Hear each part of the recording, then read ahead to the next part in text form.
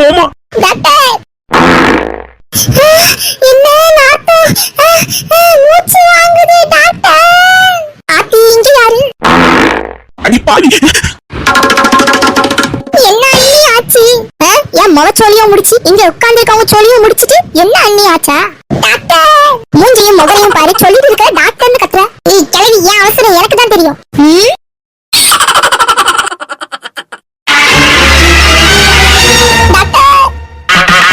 வாங்கம்மா, என்ன பிரச்சனை, என்ன ஆச்சு? டாக்டர் என் பொண்ணுக்கு லூஸ் மோஷனா போயிட்டு இருக்கு டாக்டர். என்னன்னே தெரியல டாக்டர், பலூன் மாதிரி மேலேயே இருந்துட்டு இருக்கா டாக்டர். மேலையா? புரியலையே, என்ன ஆச்சு? ஆமா டாக்டர், எப்படியாவது என் நாட்டை காப்பாத்தி கொடுத்துருங்க டாக்டர். சரிம்மா, பேஷண்ட் எங்க? எப்படியாவது என் பொண்ணை காப்பாத்திருங்க டாக்டர். என்னம்மா இது, பேஷண்ட் தலைகீழ தொங்கிட்டு இருக்கிறாங்க, எப்படி? அதுதான் டாக்டர் எங்களுக்கும் தெரியல.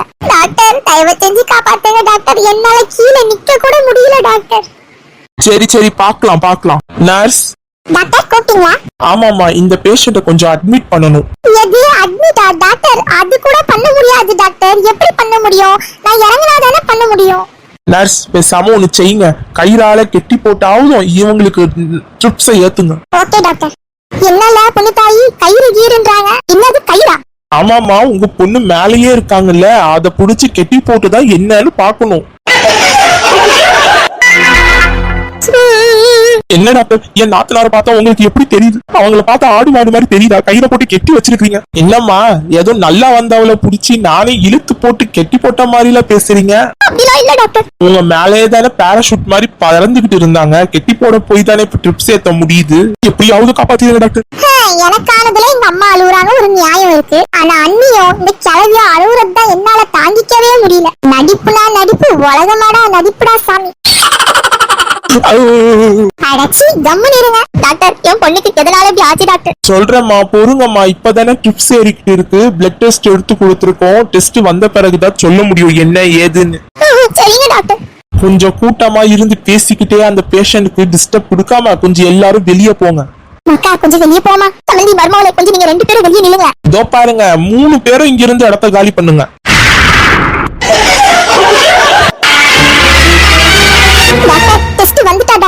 கவலைப்படாதீங்கம்மா, டெஸ்ட் வந்துருச்சு, கண்டுபிடிச்சிருக்காங்க. என்னன்னு பார்த்துதான் சொல்ல முடியும். போருங்க டாக்டர், உடனே சொல்லுங்க டாக்டர், என்னன்னு தெரிஞ்சுக்கணும். மண்டையே வெடிச்சிடும் போல இருக்கு.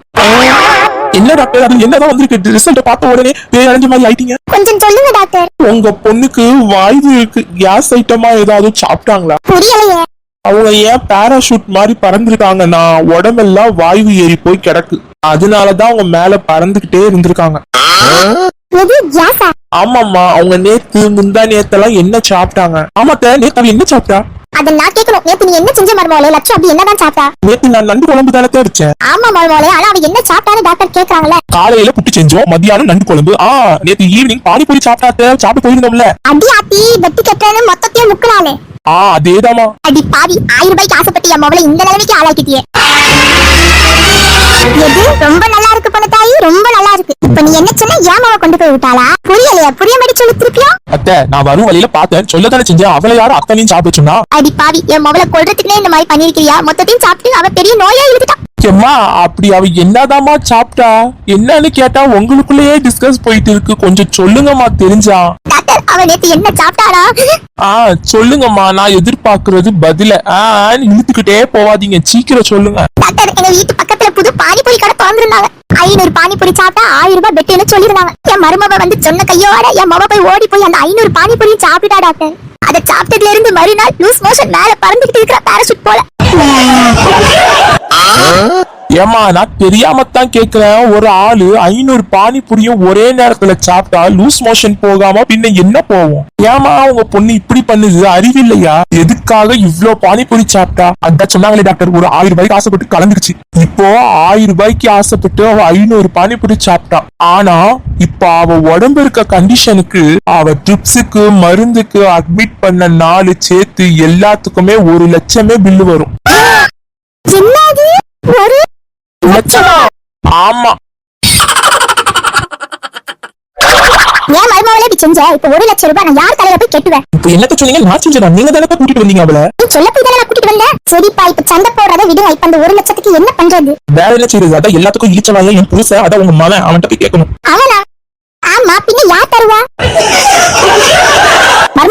கொஞ்சமாவது சீரியஸா பேசுறியா? சீரியஸா தான் பேசுறேன். அவன்கிட்ட கேட்டா எப்படி 1 லட்சம் தருவான்? கேட்கிற முறையில கேட்கணும். எப்படி? மருமகன் வேலையை விட்டு வந்த உடனே 3 பேரும் நல்ல வாய் ருசிக்க சமைச்சு போட்டு கவனிச்சோம்னு வையி ஆட்டோமேட்டிக்கா வந்துரும்.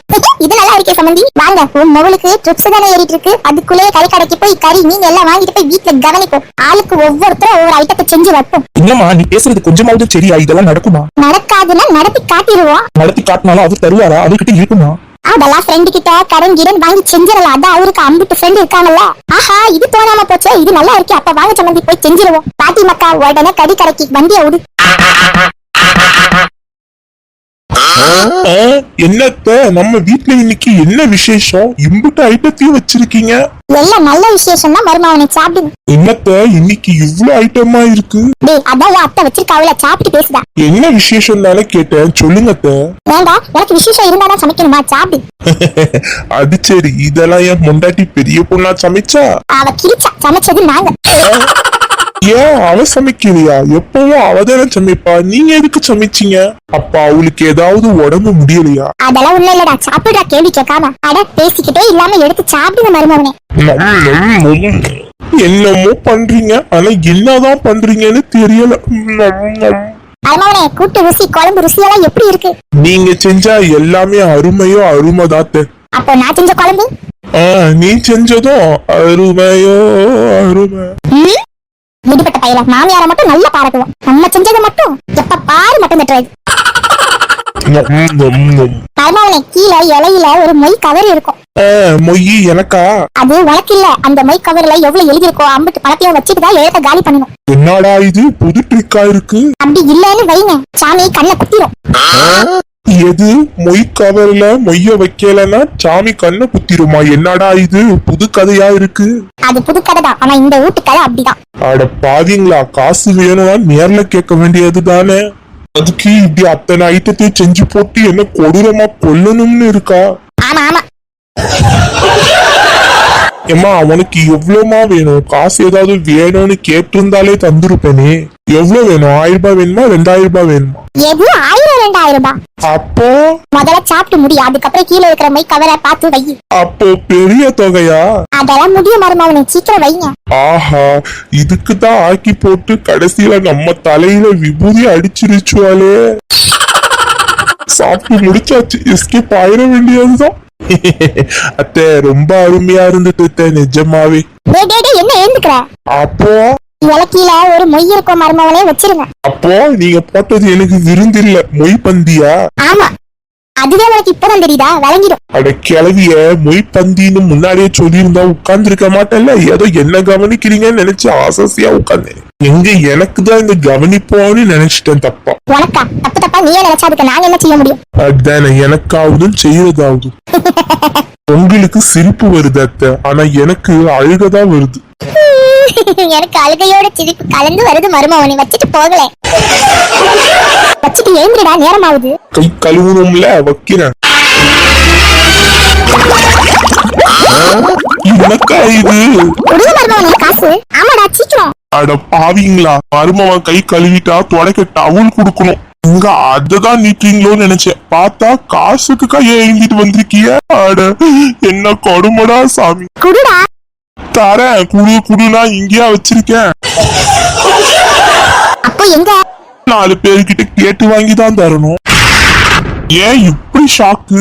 நான் உன்கிட்ட கேட்டா எதுக்கு 4 பேர்கிட்ட கேக்குறேன்? ஆமா, ஏதோ 1000 ரூபாய் 2000 ரூபாய் கேப்பீங்க, பார்த்தா உங்க மூஞ்சிங்களா பார்த்தா 20000 ரூபாய்க்கு மேல தேவைப்படும்னு நினைக்கிறேன். என்ன செய்தானே நான் சொன்னது? அதெல்லாம் சரிதான் மருமகனே, ஆனா 20 ரூபாய்க்கு மேல இல்ல. அப்போ 1 லட்சம் ரூபாய் தேவைப்படுது.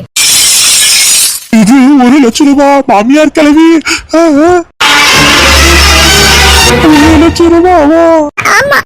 அட கிளவிங்களா, ஒழுங்கா ஓடிருங்க. நான் விழுந்தது கூட கணக்கு தெரியாம அப்ப கூட 1 லட்சம் ரூபாய் வேணும்னு பொல்லாப்பா நிக்கிறீங்களே. பரவாயில்ல, கை கொடுங்க, நான் எழுப்பி விடுறோம். ஓஹோ, என்ன பண்ணாலும் என்ன விடுறதா இல்ல. இல்ல. அப்போ நான் கைய கொடுங்க. 1 லட்சம் ரூபாய் 1 லட்சம் ரூபாய் ஏதோ பணம் மரத்தை வளர்க்கிற மாதிரில வந்து கேக்குதுவோ. செத்து தொலைங்க 2 கிளவிங்களும். மருமவனும் கிடையாது, மாமியாரும் கிடையாது, அம்மாவும் கிடையாது, மொவனும் கிடையாது. ஆளை விடுங்க. வீடியோ பிடிச்சிருந்தா மறக்காம லைக் பண்ணுங்க, சப்ஸ்கிரைப் பண்ணுங்க, ஷேர் பண்ணுங்க. எங்க லட்சு நிலைமை என்ன ஆகுதுன்னு அடுத்த வீடியோல பாருங்க. கண்டிப்பா மிஸ் பண்ணிடாதீங்க.